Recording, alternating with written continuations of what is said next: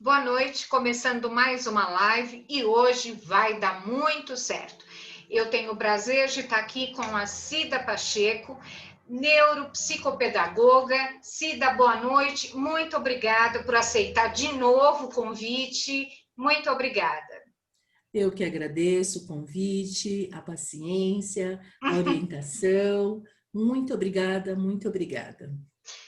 Que nós, eu pelo menos, eu não entendo nada de internet. Ontem nós tivemos um problema, mas eu achei muito importante a gente voltar e fazer, porque eu acho que você trata de assuntos tão importantes que não poderia deixar essa live para o mês que vem. Eu achei que era importante a gente passar essa mensagem hoje. Eu falei para tanta gente, eu achei, não, vamos insistir e vamos com a live hoje mesmo. Muito obrigada, me sinto honrada. Que isso. Fique à Cida, vontade. Cida, eu já queria começar a te perguntar.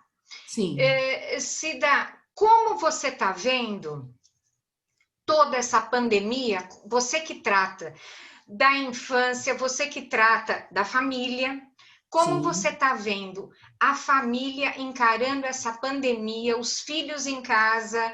Como você está vendo tudo isso? Complicou? Facilitou? Eu quero a tua visão, Cida Pacheco, como você está vendo tudo isso? Bom, em primeiro lugar, o que poderíamos dizer é que houve a necessidade de uma reconexão, de um restabelecimento da família. Uma necessidade urgente, com os filhos, com os pais e até com aquelas pessoas que às vezes porventura moram junto, como tios ou avós. As crianças que estavam nas escolas, nas creches, né, realmente estão sentindo muito essa falta do espaço social deles.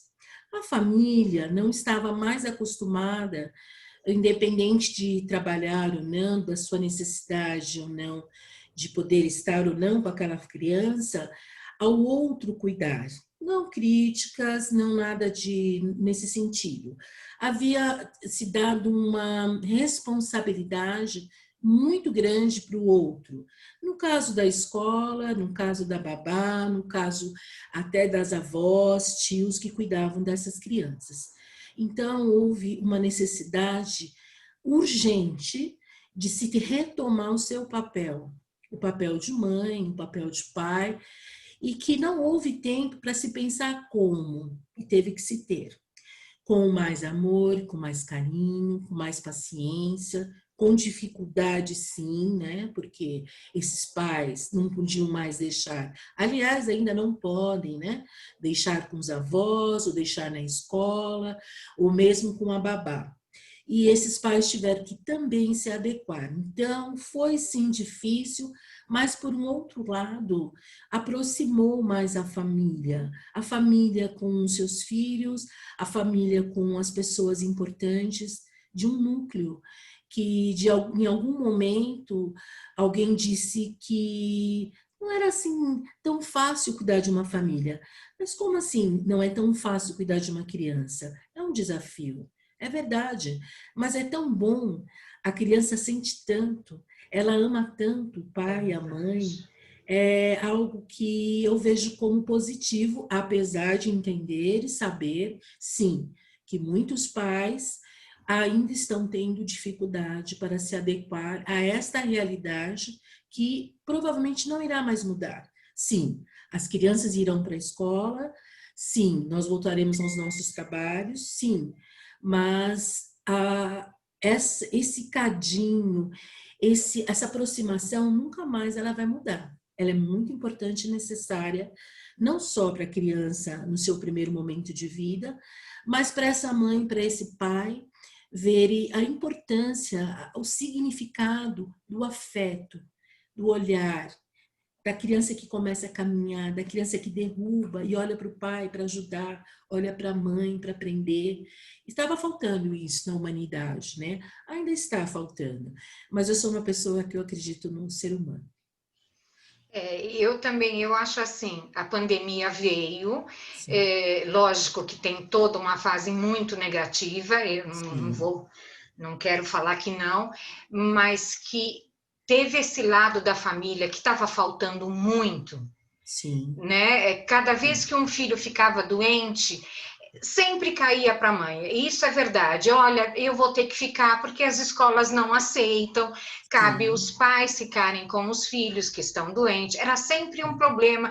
Eu vou ter que avisar no trabalho que o filho está doente, eu vou ter que faltar. E de repente, com a pandemia, não foi aquilo de faltar por um dia. De repente parou tudo. Então eu vou ter sim, que cuidar do filho. Muitas mães, porque eu trato as mães, né, que estão. Muitas mães falaram: Miriam, é começar do zero, porque eu não estava mais acostumada. E sim, fora tratar o filho, é ter que ir para o filho com a escola, sabe? Você cuidar ali sim, de tudo. Então foi muito difícil no começo, mas é engraçado que, eu não sei você, mas o que eu estou acompanhando? Eu estou acompanhando que agora muitas mães elas têm um saldo positivo disso. sim, Elas no começo viram uma dificuldade muito grande, mas que elas enxergam um saldo muito positivo. E os filhos, com certeza, eles gostaram muito, foi o que você falou. Eles com certeza gostaram. Eu só não sei, Cida, como vai ser essa volta para os filhos. Porque sim, eles estão tão grudados com os pais que eu acho que vai sim, ser, sabe quando os pais levam os filhos logo no começo, os pequenininhos, que é aquele sim. choro, é aquela coisa de que eu não quero ir. Eu não sei se não vai ser difícil de novo esse recomeço. Pode ser difícil, mas o mais importante de tudo isso é esse amor, esse afeto, esse cadinho, esse que Sim. houve nesse momento tão difícil para todos, né? Como eu disse, seja para a criança, seja para esses pais, seja para a nossa sociedade, seja para o mundo. Então, a natureza, com a sua inteligência e sabedoria, ela vai encaminhar esse ser que está indo para a escola e esse ser que está levando este filho para a escola de uma outra forma, né? Com outro olhar, alguma coisa mais amorosa, diríamos assim. Não que os pais não amem, os pais amam, mas eles estavam no automático, né? Sim. Então, muitas vezes não percebendo a necessidade de pegar na mão, de sentar, de abrir um livro, algo tão simples, né? E não, no automático, algo somente sofisticado, sofisticado, e às vezes perdendo esse espaço da infância. E quando você vê, nossa, meu filho cresceu, né? E o que Já eu fiz a passou o minha tempo e eu não acompanhei nada. exatamente. Então eu vejo também o lado positivo, sempre disso, das crianças muitas vezes, vamos dizer, órfãos, em relatos que eu recebia dentro de uma casa, né? Isso. Numa casa com a babá, com a avó, com a tia e os pais trabalhando loucamente para suprir bens materiais, muitas vezes, né? Então, sem crítica, assim, foi necessário esse movimento do universo, que eu chamo da interdependência, de Uhum. todo mundo, precisar de todo mundo, todos. Então, bastante significante. Não sou psicóloga, mas eu vejo como uma coisa bastante positiva. Se daí eu vou tocar num assunto Sim, que quando eu coloco no Facebook, eu coloco alguma postagem, seja onde for, eu sou muito criticada e eu queria a sua opinião. sim. O que você acha do celular, tablet, eu dou na mão de uma criança, de um recém-nascido, Cida? Eu sei que tem alguns jogos, eu sei de tudo isso, mas aquela coisa que eu dou porque eu vou no restaurante, ele fica quietinho e assim eu posso almoçar tranquila. Eu dou porque no meio da pandemia, aquela criança o dia inteiro comigo, então ele vê, ele joga aquelas luzes e a criança fica quieta num canto. Qual é a sua opinião? Quanto tempo você acha que a criança pode? Você é contra? Você é a favor? Você acha que faz um bem? O que você acha, Cida? Sim. Segundo evidências científicas, estudos, o que ocorre? A geração que tem esses filhos, aonde é dado o celular sem limite, é uma geração que nasceu na internet e achou natural. E o natural não é verdade, não é verdadeiro. Por quê? Porque uma criança com meses ou com anos, diríamos que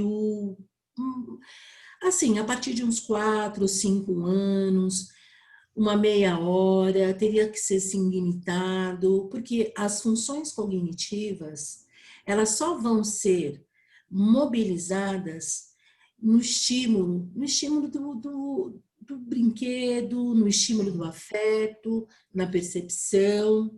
Ah, mas o meu filho ama, adora ficar no joguinho tal. Sim, porque o joguinho tal não cobra nada dele. E o joguinho Exatamente. tal não compete com ele. E nós, sim, temos que colaborarmos e sermos cooperativos, mas existe uma competição saudável no caso de irmãos, no caso de primos, no caso de amiguinhos, né? Que são bastante importante e enriquecedor para o desenvolvimento do afeto. Diríamos até que há uma falta muito grande que vemos nos jovens da empatia. Uhum. E está ligado a vamos dizer, não exatamente aos jogos, mas assim, quando você dá um joguinho para o teu filho, seja lá qual for, pedagógico ou não, cognitivo, ele joga sozinho.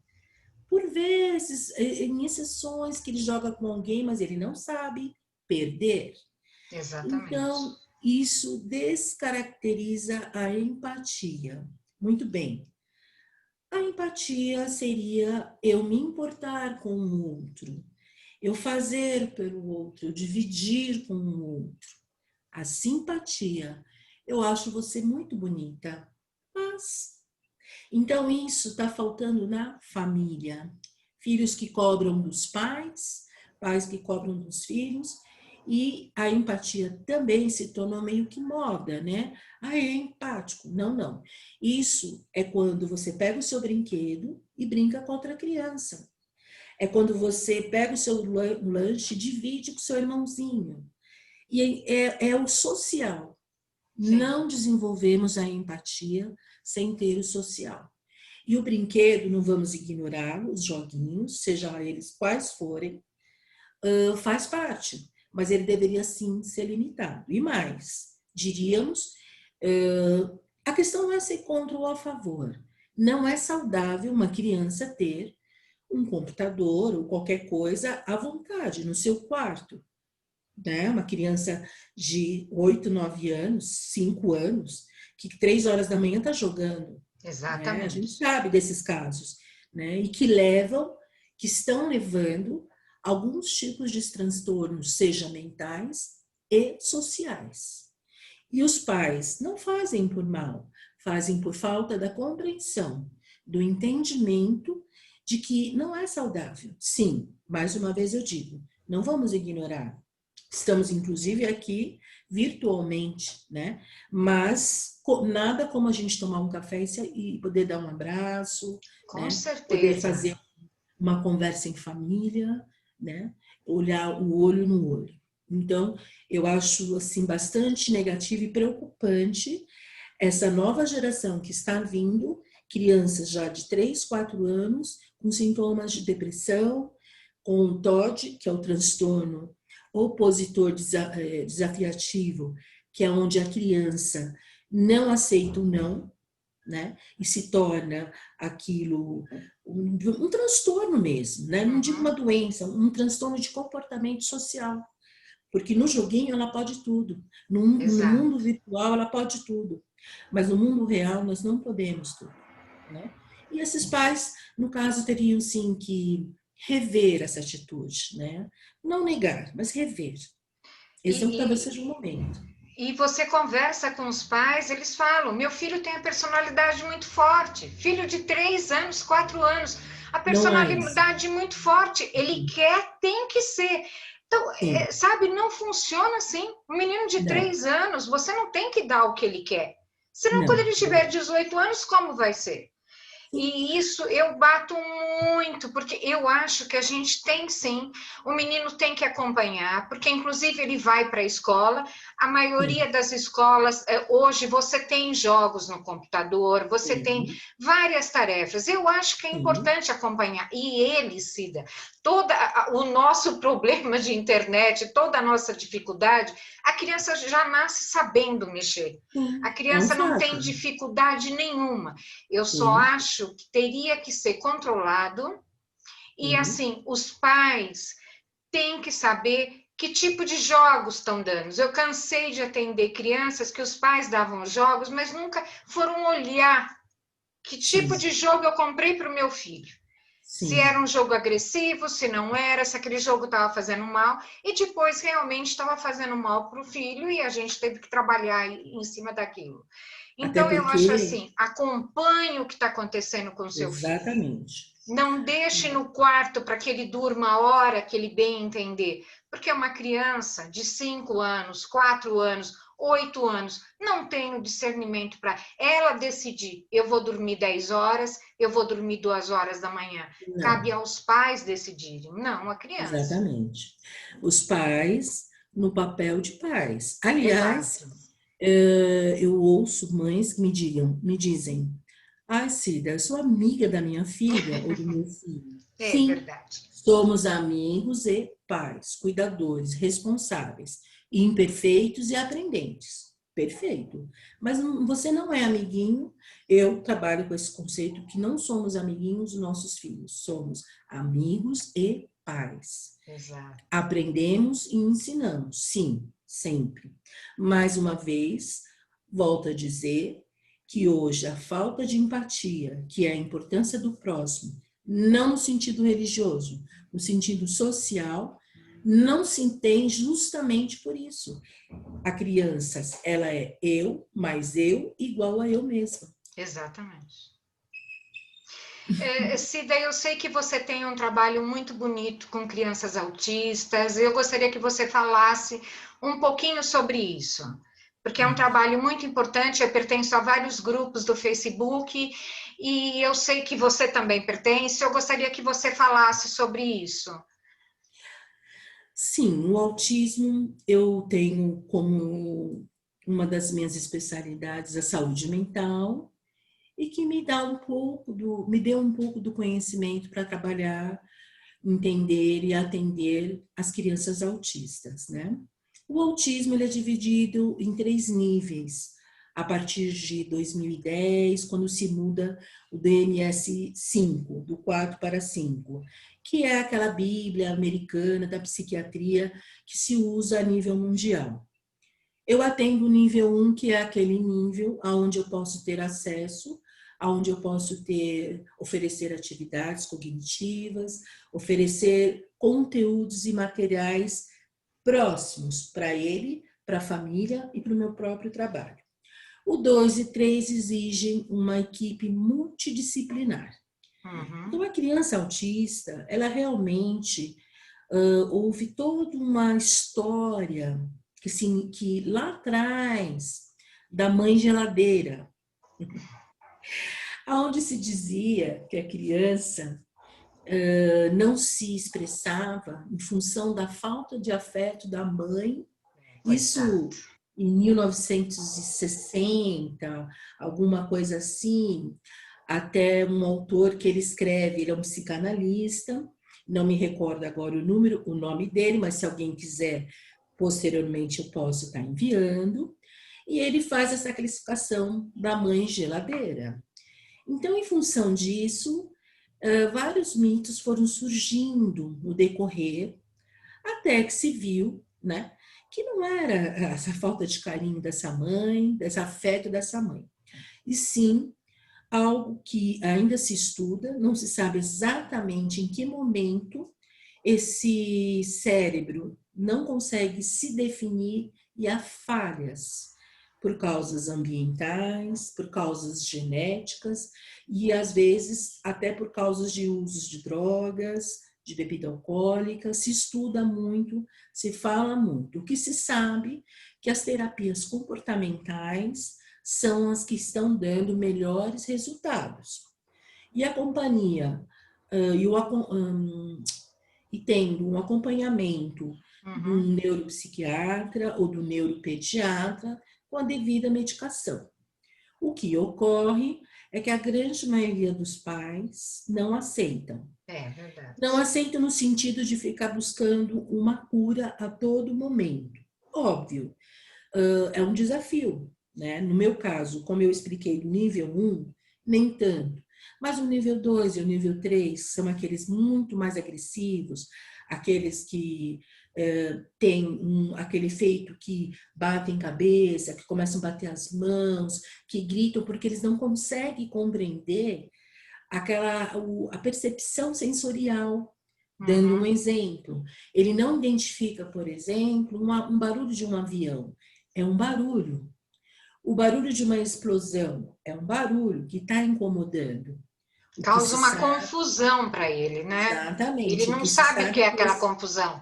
não sabe. O que se sabe é que esse barulho se torna muito maior e invasivo. Então, perturba. E ele, como não consegue identificar, ele tem aquela reação agressiva. E outros casos, porque também existe as comorbidades, né? Que Hum. se estuda, né? Um déficit intelectual, um déficit cognitivo, um déficit de outras coisas que se estudam. Então, há um certo mito, como eu falei da mãe geladeira, como também um mito do savante, né? O savante é aquele que é o autista muito inteligente, não diríamos muito inteligente, com uma maior habilidade em determinada coisa, né? Uhum. Por exemplo, como a Temple Grandin, que é uma americana que ela é veterinária e cuida muito bem lá dos cavalos, ela trabalha com algo ligado à natureza e ela é uma referência. Então a gente fala savante, savantismo, mas isso é uma deficiência, porque ele não tem um comportamento social. Ele é Sim. muito bom quando a gente vê a criança de 8 anos que está em Harvard, está já fazendo faculdade, universidade. Não é o natural. Mas Não tem é que do ser isolada, porque não pode conviver com ninguém. Não, ele não É um consegue. gênio, mas um gênio que tem que ficar ali, isolado de todo mundo. Exatamente. Então, ainda que se estude muito, e que se saiba de muitas coisas, não há cura e que, assim, é algo que temos que conviver da melhor forma. Eu busco o que de melhor, o que de bom poder oferecer, apoio para a família, né? Eu sei que é difícil, muitas vezes, muitas mães acabam sendo abandonadas pelos maridos, né? Em Exato. função até cultural, né? Poxa, como assim? Principalmente quando é um filho homem, é muito difícil. E mães que realmente têm que se dedicar para aquele filho e precisam trabalhar, como é que se faz, né? Então, o autismo é alguma coisa que tem que ser vista com carinho, né? Com atenção. E assim, às vezes eles incomodam numa determinada situação por causa dos seus gritos, por causa do seu barulho. Então, assim, tentar confortar essa mãe, confortar esse pai. É muito difícil, é um desafio.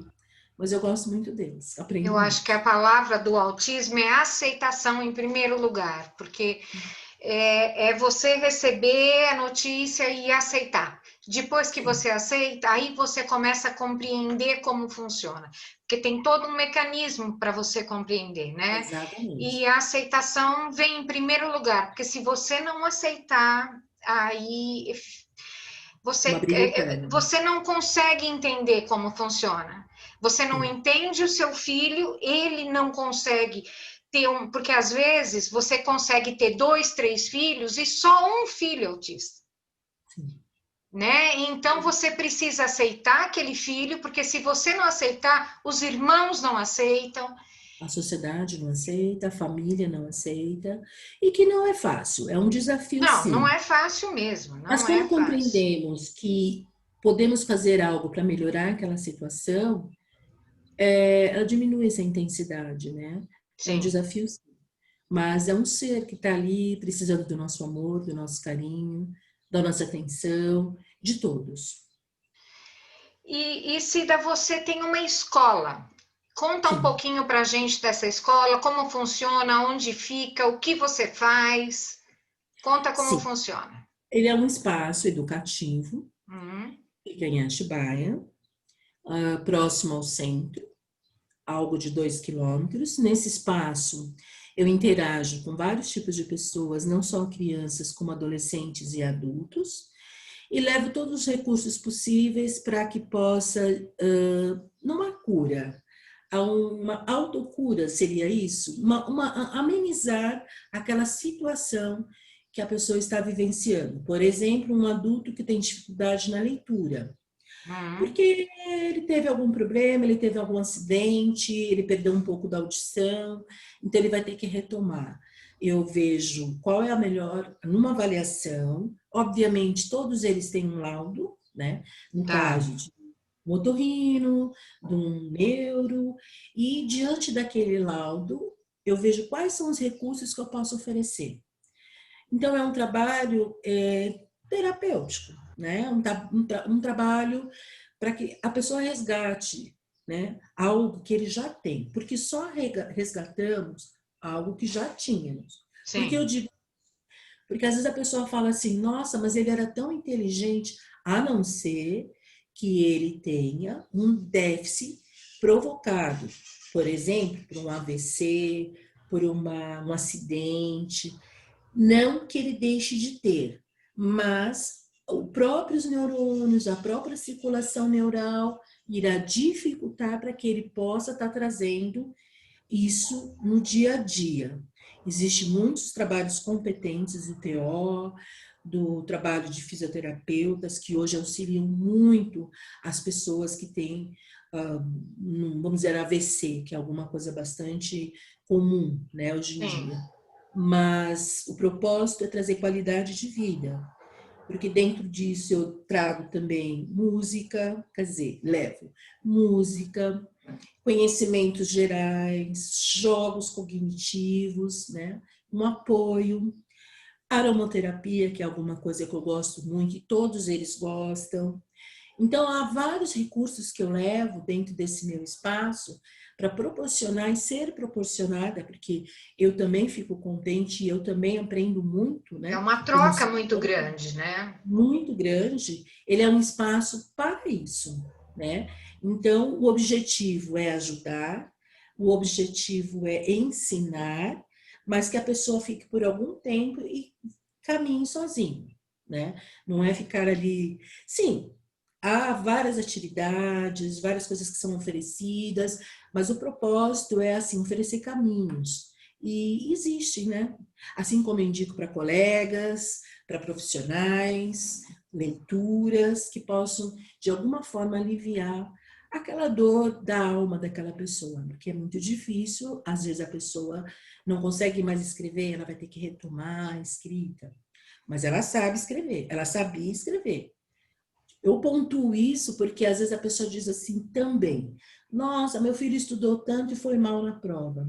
Sim, mas será que ele aprendeu ou ele estudou só para a prova? Sim. Será que ele memorizou a aprendizagem? Se ele não memorizou essa aprendizagem, ele não aprendeu. Então não adiantou ele estudar, né? E isso é difícil às vezes para os pais compreenderem, ou mesmo para o aluno dizer: nossa, mas eu fiquei o final de semana inteirinho estudando, mas ele teve o mês todo para aprender. Vamos dizer assim, né? Então, E a tá, mas como você... qualidade também. Eu brinco que às vezes eu pego, muitas pessoas vão prestar vestibular, então a gente Sim, faz o acompanhamento, mas eu falo, sim, como você estuda? Não, passei o final de semana, eu varei a noite. Eu falo, primeiro que varar a noite, não vejo vantagem nenhuma. não, verdade. Você não vai conseguir estudar. Depois, você tem que ter uma qualidade. Você vai estudar, esquece celular, esquece o computador, se prepara para aquilo. Pega o seu estudo ali, separa, se dedica única e exclusivamente ao que você está estudando. O cérebro da gente não é para você ficar 3, 4 horas em cima. Estuda Não, 50 minutos, levanta, vai tomar um copo d'água, dá um descanso para o teu cérebro. isso mesmo. Senão, é Aliás, um copo que transborda, né? Ele vai enchendo, enchendo, chega uma hora ele transborda, ele precisa de descanso. aliás, os estudiosos da memória e concentração dizem que assim, o nosso reflexo e a nossa concentração, ela está qualitativa até entre 30 e 40 minutos. Sim, Então, 50 no máximo. o ideal seria Exatamente. 2, 3 vezes, né? Vamos supor, dividir, tá, vai ter uma prova, vai ter um concurso, então tem 5, sei lá, atividades, alguma coisa assim, então dividir, né? Estudar atividade por atividade, com o seu devido tempo, e Exato. no final retomar como aquelas questões que ele teve dificuldade, que ele deixou em branco, também é alguma coisa que eu oriento. Não entendeu? Deixa para que depois você entenda. Senão você perde tempo, né? Naquilo, e aquilo que você entendeu fica confuso. Passa Uhum. você, o cérebro começa a ficar confuso. Então, assim, o que você entendeu, ótimo. E o que você não entendeu? E às vezes é uma coisa meio. Às vezes você acha que você não entendeu, mas você misturou com tudo. Então, ter uma organização espacial, né? Ter um local para estudo, isso é importante. O cérebro Sim, entende que você, na rotina, né? Que muita gente. Ah, mas rotina é uma coisa muito chata, desagradável. Não, é importante. é Somos seres importante humanos, mesmo. precisamos de rotina. A nossa rotina faz que a gente aprenda. Então, é importante a gente dormir, é importante levantar, escovar um dente, tomar café, tudo isso é muito importante. Nós somos seres sociáveis. E para que a gente possa conviver numa sociedade, é necessário uma rotina, né? Então, as pessoas às vezes veem a rotina como algo chato. Depende, né? No sentido humano, não. Ela é muito importante. Para você estudar e aprender, você tem que disponibilizar, assim como você vai para a praia, quando você vai passear, vai namorar, você tem que disponibilizar um tempo. E não é a quantidade, sim a A qualidade. qualidade. E a vontade também, né, Miriam? Eu quero aprender. Eu vou. Ah, mas eu fiz isso, não consegui. Então tá, retoma, não desiste. A persistência é muito Exato. importante para todos nós. Sim, porque se Inclusive você para ficar o dia inteiro ali estudando, estudando, mas você não está nem aí, você não vai sim. aprender Você nada. está Pode preocupado parar. com a balada que você vai à noite. Então você está Exato. lá à noite, Você não vai né? guardar nada. Não vai Não, não vai guardar nada. memorizar. Há uma frase que diz: sem memória não há aprendizagem. Exatamente. Cida, infelizmente o nosso tempo acabou, mas olha, eu queria te dizer o seguinte: eu já quero fazer uma outra live com você depois Com sobre certeza, essas crianças especiais, como você falou, sobre sim. as crianças autistas, porque eu acho o seguinte: aquele seriado que eu até passei para você, eu acho Ótimo, muito excelente. importante, porque ele explica um pouco de como a família pode lidar, né? Sim, E eu acho bom. E você, como você lida muito com essas crianças, eu vejo que tem tantos grupos e as mães têm uma dificuldade, as mães, os pais têm uma sim, dificuldade muito grande às vezes. Eles sim. chegam e eles não sabem o que fazer. Então, Uhum. eu acho que com todo esse teu carinho, com todo esse teu olhar amoroso, eu acho que você pode passar alguns conselhos e seriam Sim, tão importantes para eles, sabe? Dá para se fazer dessa maneira, olha, você fazendo assim é melhor, porque realmente não é birra que ele faz. Quando você chega no estágio 3, não é birra. Aquele barulho, aquela é uma confusão. dificuldade sensorial. É algo além do que a gente imagina. Exato, se a casa está muito barulhenta, se tem uma briga, aquilo na cabeça dele, a briga é muito maior. Sim, Então, a pessoa que está irritada e vê que ele vai ficando mais confuso, ele não está fazendo de propósito. É sim, porque aquela briga na cabeça dele é uma briga muito maior. Então, eu sim. acho que um programa só disso seria muito Seria importante. interessante. Ainda mais com uma pessoa que tem um olhar tão amoroso como você. Então, Obrigada. eu queria muito fazer, já te convido para isso, mas desde já eu já te agradeço pela essa live, que valeu a pena a gente tentar e fazer gravado, porque foi muito importante. Muito obrigada mesmo, Cida, e até uma próxima. Vamos marcar com certeza. Eu agradeço a oportunidade, a paciência, agradeço a Stephanie e mais uma vez o que eu digo é que tudo vale a pena, tudo, Vale desde que a mesmo. gente ame o que faz. Fique com Deus e uma boa tarde para você. Obrigada. Gente, muito obrigada e até a próxima live, até a próxima semana. Tchau.